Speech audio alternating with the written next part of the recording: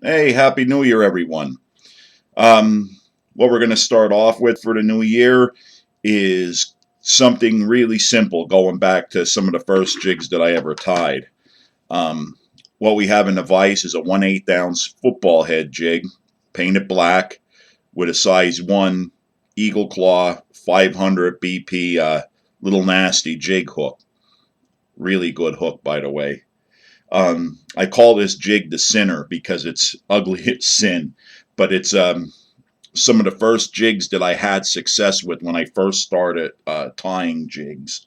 So we're going to start here with some black 210 denier flat wax nylon, and we're going to get our base started.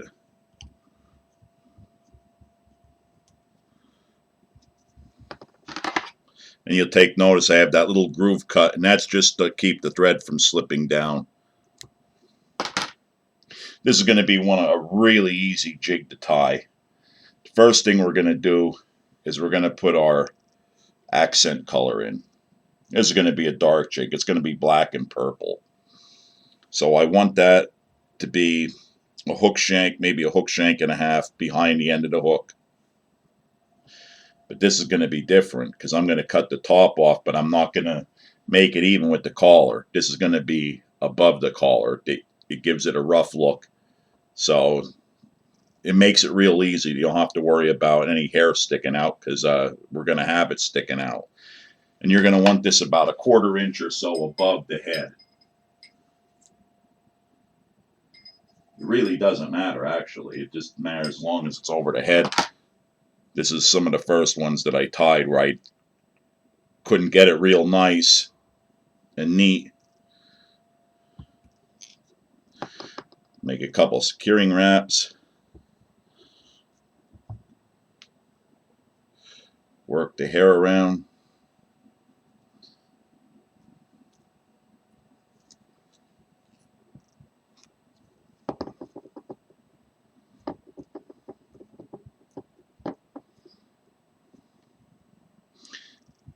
It's still got a little bald spot. Not much, just a little. And of course we'll work the hair around to fix it up. This is actually the hardest part of it, is getting the hair distributed.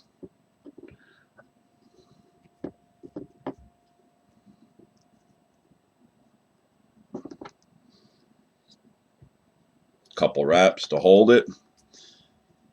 We have our accent color in. And now we're going to put the main hair in, which is going to be black bucktail. See what has to be trimmed off. And you don't want to make it perfectly even. Just a rough trim is good. It's all you need.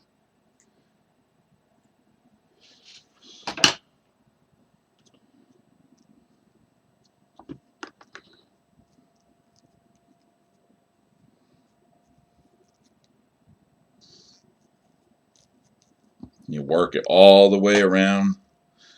You got color and hair.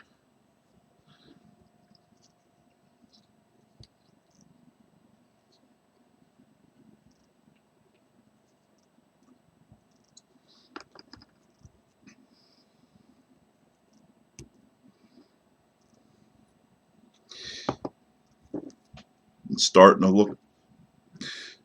look ugly and take shape. Now, take this time here that you got it. Get some of the really long ends out. If it's a little lopsided, you could leave it that way, and I try to purposely make it so it isn't completely even. Now we're going to start wrapping real tight, just like we would normally do. Make sure we got the hair distributed pretty neat all the way around. Sorry about that, getting to where you can't see it. But we're almost done. Now we're going to take some living rubber. Now normally what you do with this stuff is you tie it on, stretch it out, and cut it real slow. But when you only want to use a couple strands, what I do is I cut a length off and then rip it and get a small piece. You can actually count the number of pieces of rubber going across here, and I'll make little slits in the top so I can pull one piece away and pull it down. And that's what I'm going to do. I already cut this to where I can get 6 of these off. If I grab a hold of it. 2.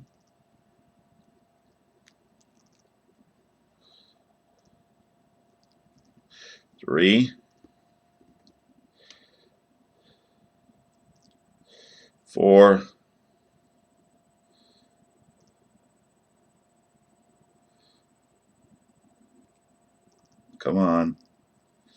5. And one more, 6. And there are 3 or 4 extra in there, but I'll just put them off to the side. Now what I'm going to do with these is I'm going to put 3 on each side, and it's going to be up in the air, just like the hair is. It's going to be pretty much a helter-skelter look to it.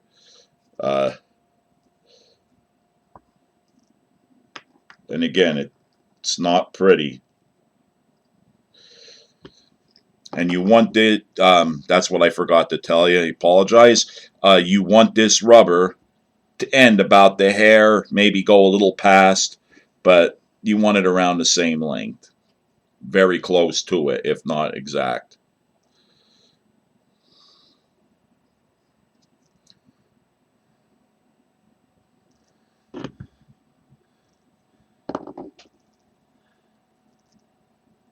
I gotta move my rubber to get it in position, because I do want it separated on each side. 3 on each side with just a little space, almost in a way that it covers the entire jig. Now I got my living rubber in place. Make the final tie. And with this living rubber, this isn't the extra fine. This is about the regular size you buy in living rubber.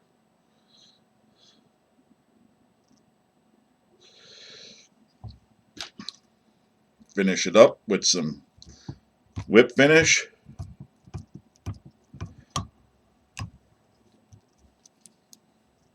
And when you tie living rubber on top, just you want to tie it firm, but you don't want to really cinch it down because you can cut through it.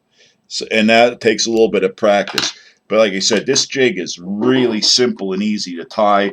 We're going to take a little bit of our Sally Hansen's. Just give it a little touch of head cement. Make it a little more durable.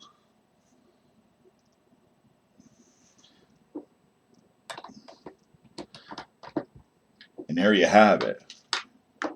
The center. Very simple. Very easy. It's not fancy. It doesn't have doesn't have flash in it or nothing. In fact, it's, as you can see, it's pretty darn ugly. Oh, get out of it. But I'll tell you what, it's very effective. And that was one of the first jigs I ever tied, minus the living rubber. The living rubber just adds to it. But that's what they look like. It's ugly, but it works. If you're having trouble making it look real neat, you could tie a bunch of these up real quick, and they will work for you. Give it a shot. Let me know what you think. Thanks for watching.